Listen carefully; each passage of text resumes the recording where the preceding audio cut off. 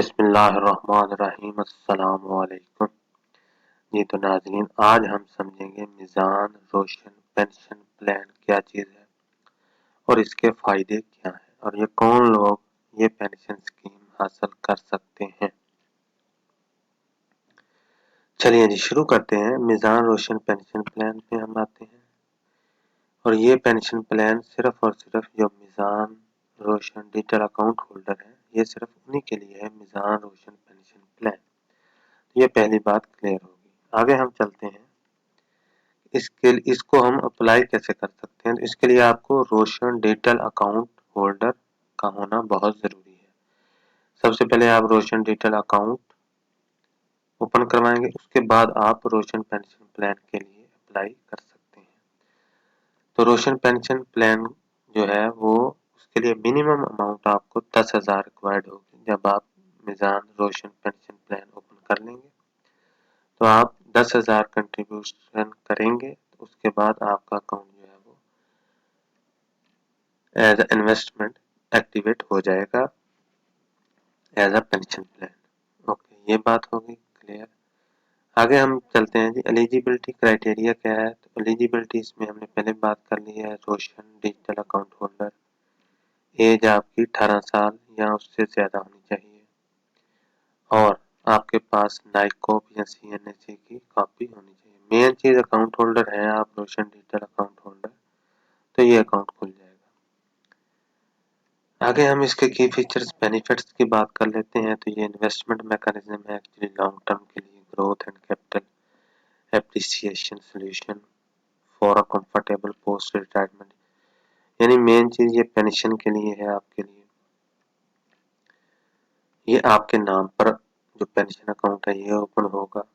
उसके बाद इसमें हमारे पास 3 मेन जो एलोकेशन स्कीम्स हैं वो होंगी। इसके बारे में हम आगे बात करेंगे। आगे आ गया जी इसमें, यानी इसमें कोई रिस्क नहीं है, पेनल्टीज नहीं है कि मिसिंग पेमेंट हो जाएगी, ये हो जाएगा। बिल्कुल सेफ है ये, बिल्कुल exclusive plan with zero front end load इसमें जीरो होगा और management fees up to maximum in 1.5% पर एनुअल होगी। चलिए ये थी मेन चीजें। इसकी टर्म एंड कंडीशन में भी वही चीजें आ जाती हैं। फिर बात कर लेते हैं, यानी इसमें आप 18 साल से ऊपर होंगे, मिनिमम बैलेंस 10,000, 25 साल के लिए ये लॉक पीरियड होगा, यानी 25 साल तक आपको यह अमाउंट होल्ड करनी पड़ेगी या आपकी एज 60 टू 70 साल हो जाए तब आप ये अमाउंट पेंशन स्कीम शुरू कर सकते हैं। इसके बारे में भी हम आगे डिटेल से बात करेंगे कि ये क्या चीज़ है। बाकी इसमें आ गया जी बिफोर रिटायरमेंट। अगर आप यानी 25 साल से पहले या आपकी एज 60 साल हो गई है लेकिन 60 साल से पहले आप इसको विथड्रॉ करना चाहते हैं, तो उसके लिए जो गवर्नमेंट का टैक्स होगा वो आप पेमेंट करेंगे, उसके बाद आप अमाउंट विथड्रॉ कर सकते हैं। तो ये आ गया जी पेंशन स्कीम्स। ये हमने जो बात की थी इसमें ऊपर, ये बड़ी अहम चीज है। आप पेंशन स्कीम जब इन्वेस्ट करेंगे तो आपसे पूछेंगे कि आपने मीडियम वोलेटिलिटी रखनी है, लो या लोअर रखनी है। इसके बारे में मैं थोड़ी डिटेल आपको बता देता हूँ। सबसे हम पहले आ जाते हैं लोअर। लोअर में इक्विटी सब फंड 0 है, नील। इनकम सब फंड 50% और मनी मार्केट सब फंड 50%। बिल्कुल सेफ है ये। लोअर, बिल्कुल लोअर। लो में आ जाते हैं तो 25% इक्विटी सब फंड, 60% इनकम सब फंड और 15% मनी मार्केट सब फंड। ऊपर आ जाते हैं मीडियम। मीडियम में 50% इक्विटी है, 40% सब फंड है इनकम और 10% मनी मार्केट सब फंड है। लेट्स से हम लो वोलेटिलिटी में जाते हैं तो हम 10,000 इन्वेस्ट करते हैं। तो मिसाल के तौर पर मैं आपको बताता हूँ, 10,000 हमने इन्वेस्ट किया तो 2500 रुपया जो आपका इक्विटी सब फंड यानी स्टॉक मार्केट में इन्वेस्ट किया जाएगा। 60% इनकम सब फंड यानी 6,000 रुपया आपका इनकम सब फंड में इन्वेस्ट किया जाएगा। ये बिल्कुल सेफ है। और 1500 रुपया आपका मनी मार्केट सब फंड में इन्वेस्ट किया जाएगा। आप मुफ्त जो भी अमाउंट इन्वेस्ट करेंगे आप उसी हिसाब से परसेंटेज निकाल कर आपको आइडिया हो जाएगा। मेरे पॉइंट ऑफ व्यू से अगर आप 25 ईयर्स या 20 साल रखना चाहते हैं तो लो में चले जाएं। अगर आप बिल्कुल सेफ रहना चाहते हैं तो फिर लोअर में चले जाएं। लो इसलिए ठीक है कि इसमें 25% अमाउंट आपकी स्टॉक मार्केट में होगी, तो आगे 20 साल में से अगर 5 साल भी स्टॉक मार्केट अच्छा परफॉर्म करेगी तो होपफुली आपको इन दोनों से ज्यादा ही प्रॉफिट मिल जाएगा, इनकम सब फंड और मनी मार्केट सब फंड से। तो ये आप पे डिपेंड करता है आप इनमें से कौन सी चॉइस सिलेक्ट करेंगे। ये बात क्लियर हो गई। हाँ, अगर आप 20-25 ज्यादा रिस्क लेना चाहते हैं लेकिन इसमें प्रॉफिट भी फिर ज्यादा होगा तो मीडियम में चले जाएं। लेकिन अगले 25 ईयर्स, सपोज आपकी उम्र 25 साल है या आपकी उम्र 30 साल है, तो 25 साल तो 30 साल के बाद यानी 25 साल तो 55 साल की उम्र में आपकी पेंशन लग जाएगी। अगर आप 30 साल के हैं और आप अप्लाई करते हैं ये अकाउंट पेंशन स्कीम में और 10,000 इन्वेस्ट कर सकते हैं, कर देते हैं अभी आज के दिन, तो उम्र के हिसाब से जैसे 25 साल पूरे होंगे आपकी पेंशन जो है वो चालू हो जाएगी। तो इसमें भी आप कर सकते हैं, लेकिन इसमें अगर सपोज मार्केट 25 साल ऊपर ही ना गई तो भी इशू है। तो ये आप पे डिपेंड करता है कि आप रिस्क लेना चाहते हैं या नहीं। लेकिन होपफुली 20-25 साल में से 5 साल भी ऊपर चलेगी तो बहुत ज्यादा प्रॉफिट हो जाएगा। ये थे इसके मेन चीजें। आगे हम बात करते हैं इसकी मेन जो फ्रीक्वेंसी आस्क्ड क्वेश्चन है उनकी डिटेल्स के बारे में। तो हम इसमें शॉर्टकट बिल्कुल बात करेंगे क्योंकि ये काफी लंबे क्वेश्चन हैं। तो जो भी रिलेटेड क्वेश्चन है आपके उसके बारे में हम बात करेंगे। What is Roshan pension plan, इसको छोड़ दें। Who is participant, okay of course Roshan digital account holder, manager छोड़ दें, ओके। मिनिमम और मैक्सिमम एज लिमिट 18 साल से 70 साल तक, ये बात हो गई। आगे हम देखते हैं जी मिनिमम इनिशियल अमाउंट, तो ये 10,000 मिनिमम अमाउंट चाहिए इस अकाउंट को रन करने के लिए।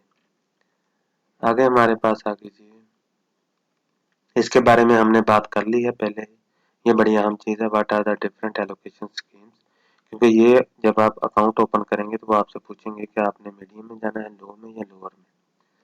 तो ये आप अपनी चॉइस के हिसाब से सिलेक्ट कर सकते हैं जिस भी कैटेगरी में आप जाना चाहते हैं।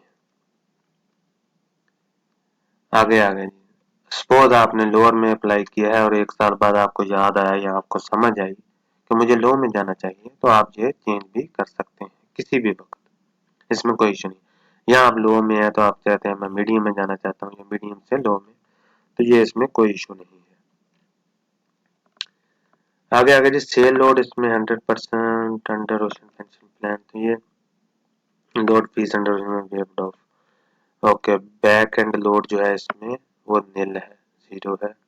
Management fees up to 1.5% per annum of the net asset value of the pension plan. Okay, ये रेट ऑफ रिटर्न ये डिपेंड करेगा फंड मैनेजर रिपोर्ट पे। What is the frequency of contribution, तो कंट्रीब्यूशन आप यानी ये आप पे डिपेंड है। फर्स्ट आपने सपोज आज आपने 10,000 रुपया डाल दिया, आपका अकाउंट एक्टिव हो जाएगा, आपका अकाउंट जो इन्वेस्टमेंट है वो शुरू हो जाएगी, आज की डेट सिलेक्ट हो जाएगी। उसके बाद आप अगले दिन दोबारा अमाउंट इन्वेस्ट कर दें, 5 साल बाद कर दें, साल बाद कर दें, महीने बाद कर दें, ये आप पे डिपेंड करता है। प्रॉफिट इसमें आपको सिर्फ और सिर्फ री इन्वेस्ट होता जाएगा, मंथली क्वार्टरली ईयरली आपको नहीं मिलेगा क्योंकि ये लॉक पीरियड होता है 25 साल का। उसके बाद ये पेंशन स्कीम है एक्चुअली, तो ये लॉक पीरियड है।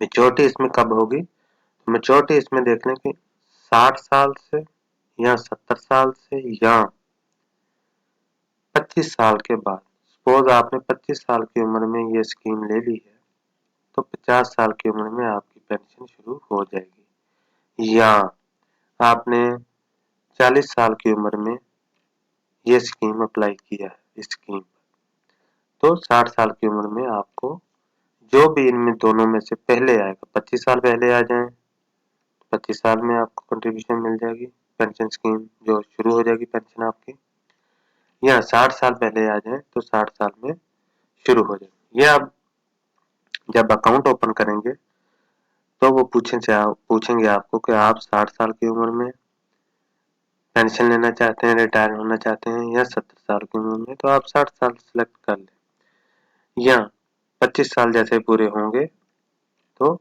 ये देंगे विच एवर कम्स फर्स्ट। ये सारा बाकी लिखा हुआ है, आप पढ़ सकते हैं। आगे हम बात करते हैं जी,